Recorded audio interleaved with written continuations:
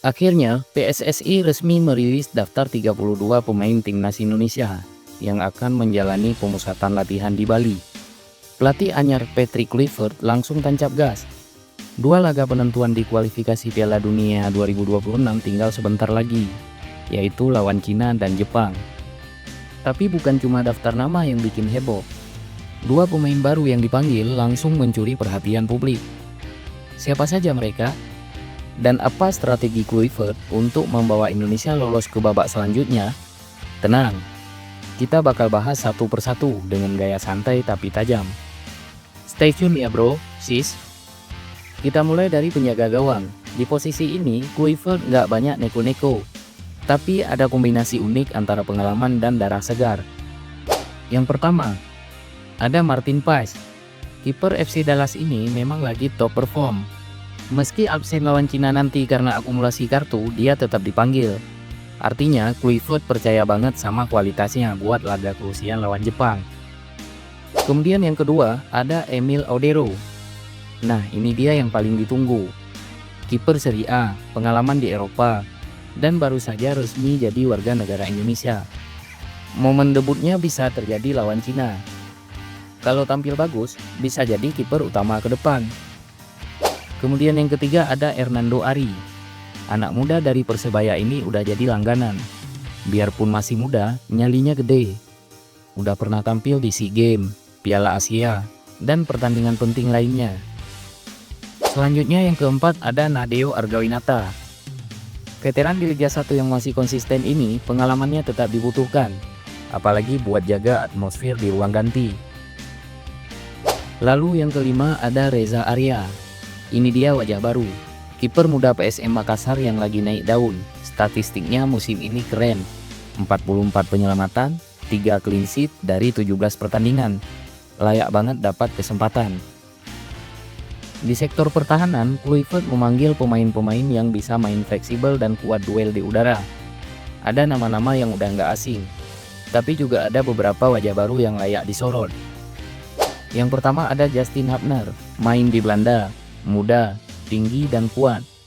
Dia tipe back yang tenang tapi tegas. Cocok buat lawan tim-tim seperti Cina dan Jepang yang main cepat. Kemudian yang kedua ada Jay Izzes. Kalau yang ini udah jadi tulang punggung. Cerdas baca permainan dan gak panik saat ditekan. Jadi kapten di klubnya dan bisa jadi pemimpin di lini belakang Garuda. Selanjutnya yang ketiga ada Jordi Amat. Senior yang selalu tampil stabil ini gak banyak gaya, tapi perannya penting banget, baik di lapangan maupun di luar lapangan. Lalu yang keempat ada Rizky Ridho, salah satu bek lokal terbaik saat ini. Masih muda, tapi mental dan pengambilan keputusannya matang. Bisa jadi partner ideal Izzes atau Ahmad. Kemudian yang kelima ada Sandy Walsh.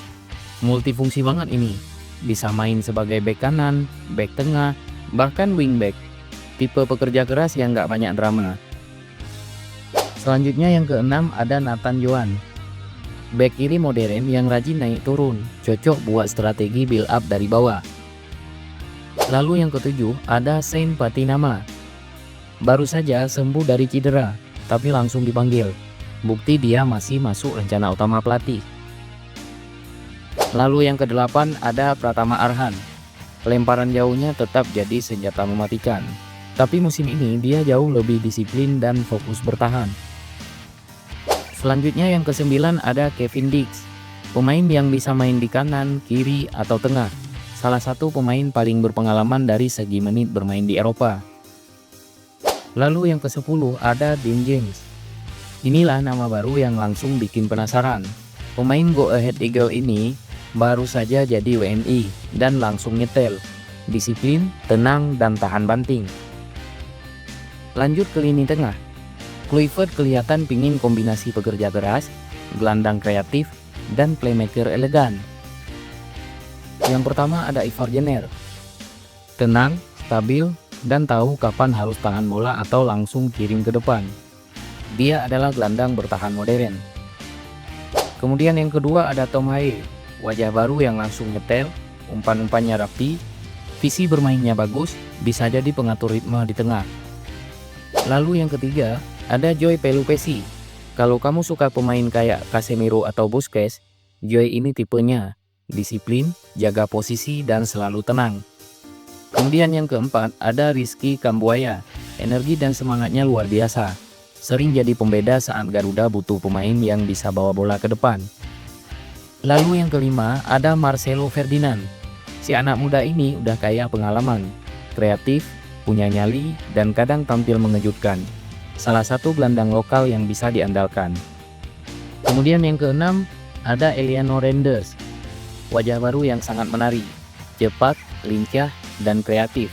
Bisa jadi kejutan dari bangku cadangan. Nah, sekarang bagian yang paling ditunggu, lini depan. Siapa yang akan jadi mesin gol Garuda? Yang pertama ada Rafael Struijk. Masih muda dan kadang belum konsisten, tapi Kluivert tetap percaya potensinya gede dan cocok dengan skema serangan cepat. Kemudian yang kedua ada Ramadan Sananta. Udah pernah cetak gol penting buat timnas, kuat dalam duel dan punya insting gol. Lalu yang ketiga ada Stefano Lillipali. Walau udah senior, penampilannya musim ini tetap keren. Pemain yang bisa kasih assist, atur serangan, dan cetak gol. Lalu yang keempat ada Septian Bagaskara, salah satu striker lokal paling tajam musim ini. Dipanggil karena performa, bukan nama besar. Layak banget ini. Kemudian yang kelima ada Egy Maulana Fikri. Tampil luar biasa bareng Dewa United. 11 gol dan 4 assist musim ini. Ini pembuktian kalau dia masih layak main buat Garuda. Lalu yang keenam ada Jacob Sayuri. Cepat dan berani. Tipe winger yang bisa langsung tusuk dari sisi lapangan. Bisa bantu serangan maupun pertahanan. Lalu yang ketujuh ada Yance Sayuri. Kembaran dari Jakub ini bisa main lebih ke belakang, sama-sama cepat dan punya stamina kuat. Lalu yang kedelapan ada Asnawi Mangkualam. Kapten di lapangan, energik, mental dan pengalaman internasionalnya sangat dibutuhkan. Selanjutnya yang kesembilan ada Calvin Verdong. Pemain yang udah lama dinanti. Akhirnya bisa bela timnas, punya kualitas untuk bantu dari sisi kiri. Lalu yang ke-10 ada Romeni, wajah baru yang langsung bikin impact. 2 laga, 2 gol. Kalau terus konsisten, bisa jadi bintang baru untuk Indonesia. Kemudian yang ke-11 ada Reza Arya. Oke, balik lagi ke kiper karena dia memang istimewa. Jadi penutup yang pas untuk daftar ini. Dari 32 nama yang dipanggil Kluivert, kita bisa lihat dia pingin kombinasi antara pemain muda dan senior, lokal dan diaspora, pekerja keras, dan pemain kreatif. Tujuannya jelas, kita harus lolos ke babak ketiga kualifikasi Piala Dunia 2026. 2 laga melawan Cina dan Jepang bakal jadi ujian sesungguhnya. Tapi dengan materi pemain seperti ini, harapan itu bukan cuma mimpi. Itu dia ulasan lengkap 32 pemain yang dipanggil timnas Indonesia. Gimana menurutmu?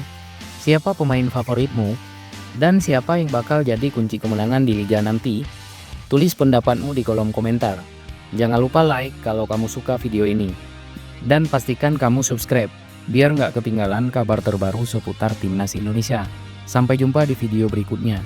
Dukung terus Garuda, karena mimpi ke Piala Dunia dimulai dari sini.